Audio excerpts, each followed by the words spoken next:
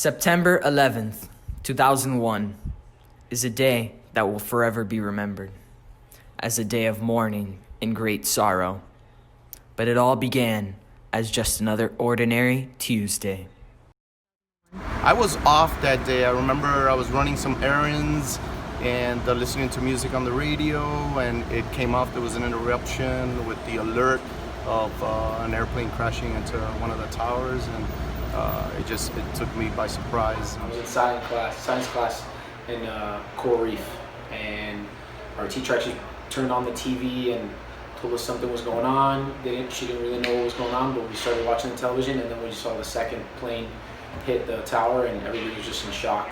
So on September 11, 2001, I was sitting in Lord's homeroom, freshman year, getting ready to go out for PE, and word came in that the towers went down. Here's what really happened. 5:45 a.m. Hijackers depart from Maine to their interrelated flights. All 19 of the hijackers were in the U.S. on legal visas, issued in their true names with no real background checks. 7:59 a.m. American Airlines Flight 11 departs from Boston en route to Los Angeles. On board are 11 crew members, 81 passengers, and 5 hijackers.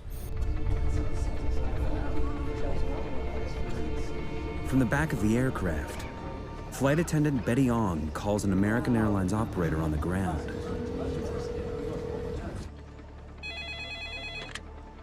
Hello, my name is Betty Ong. I'm number 3 in the back. The cockpit's not answering. Somebody stabbed in business class.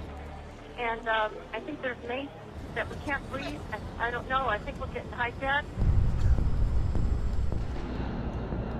American 11 has been hijacked by 5 men, and they have stormed their way into the cockpit. Our number 1 got stabbed. Our first class galley flight attendant and our purser has been stabbed. And we can't get to the cockpit. The door won't open. 8:14 a.m. United Airlines Flight 175 departs from Boston en route to Los Angeles. On board are 9 crew members, 56 passengers, and 5 hijackers. 8:20 a.m. American Airlines Flight 77 departs from an airport near D.C. en route to Los Angeles. On board are 6 crew members, 58 passengers, and 5 hijackers. 8:43 a.m. United Airlines Flight 93 departs from New Jersey en route to San Francisco. On board are 7 crew members, 37 passengers, and 4 hijackers. And I'm still working on trying to get certain days off, and it looks like the only way I can get it is a bit of reserve. Yeah, I go back to the training center. I have a month on, month off, so I'll be giving check right up. Go over here and build my nest. You want to go outside and do the walk around? Yeah. All right, lights off. 040 runway 4 right. Alright, 35,000 feet is 5. Squawk is 5273. We got your release. I want you to move up in the line behind the United. Good morning, ground United 93. Gate 8:46 a.m. World Trade Center, North Tower, New York City, New York, was struck by hijacked American Airlines Flight 11. The impact occurred between floors 93 and 99. You were looking at obviously a very disturbing live shot there. That is the World Trade Center, and we have unconfirmed reports this morning that a plane has crashed into one of the towers of the World Trade Center. CNN Center. 8:55 a.m. United States President George W. Bush is notified of the attack at the World Trade Center. 9:03 a.m. World Trade Center, South Tower, New York City, New York, was struck by hijacked United Airlines Flight 175. The impact occurred between floors 77 and 85.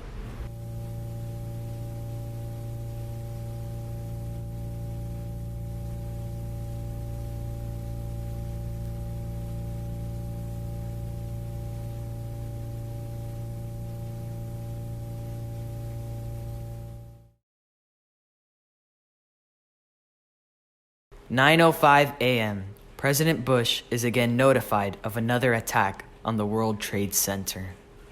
I walked up to him and leaned over and said, a second plane hit the second tower. America is under attack. I then stood back from him so he couldn't ask a question. I knew that what I delivered as a message was a very unusual message. It was going to be a historic message for him to receive.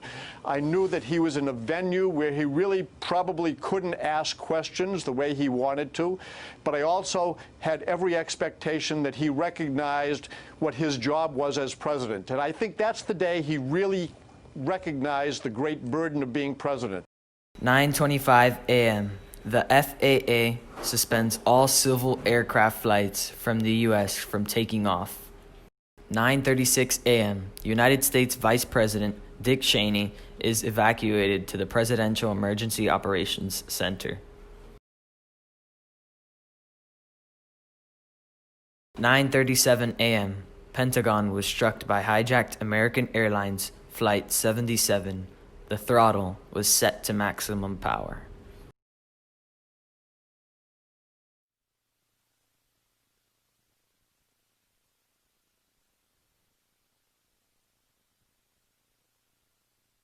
(9:55 a.m.) President Bush addresses the nation. Ladies and gentlemen, this is a difficult moment for America. Today we've had a national tragedy. Two airplanes have crashed into the World Trade Center in an apparent terrorist attack on our country. 9:59 a.m. The South Tower collapses. This occurred only 57 minutes after it was struck.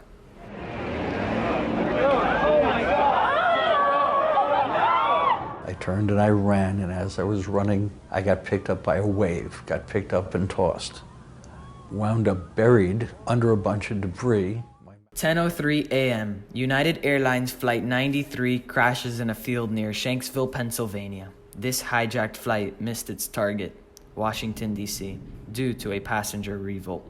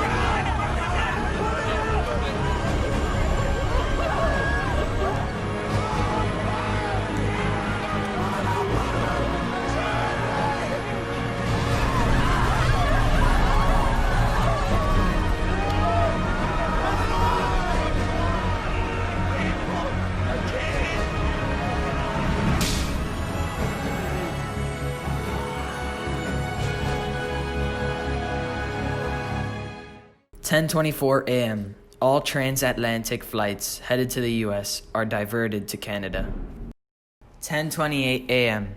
The North Tower collapses. 2,763 people were killed due to the collapses.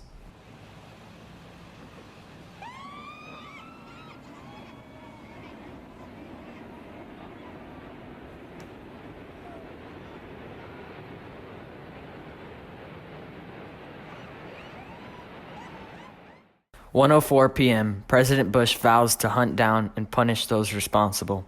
Osama bin Laden, founder of Al-Qaeda, is suspected to be behind these attacks.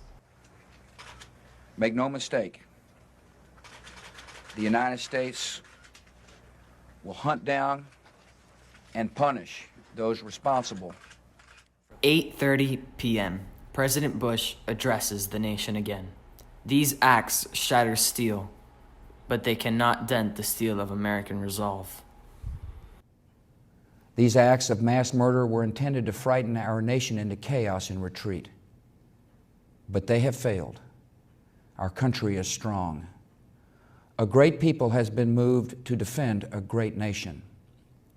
Terrorist attacks can shake the foundations of our biggest buildings, but they cannot touch the foundation of America. These acts shatter steel, but they cannot dent the steel of American resolve. This is a day when all Americans from every walk of life unite in our resolve for justice and peace. America has stood down enemies before, And we will do so this time. None of us will ever forget this day, yet we go forward to defend freedom and all that is good and just in our world. Thank you. Good night, and God bless America. 2,996 people lost their lives on that day. 343 of them were firefighters. Well, imagine as a firefighter and a fellow firefighter, brothers and sisters, including all first responders, police, fire, ambulances. We had, I think it was over 3,000 deaths in New York.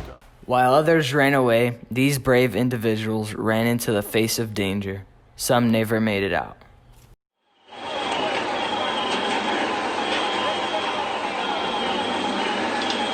The Personal Alert Safety System, also known as the PASS system, goes off when a firefighter is immobile for 30 seconds or can be manually set off when a firefighter is in trouble.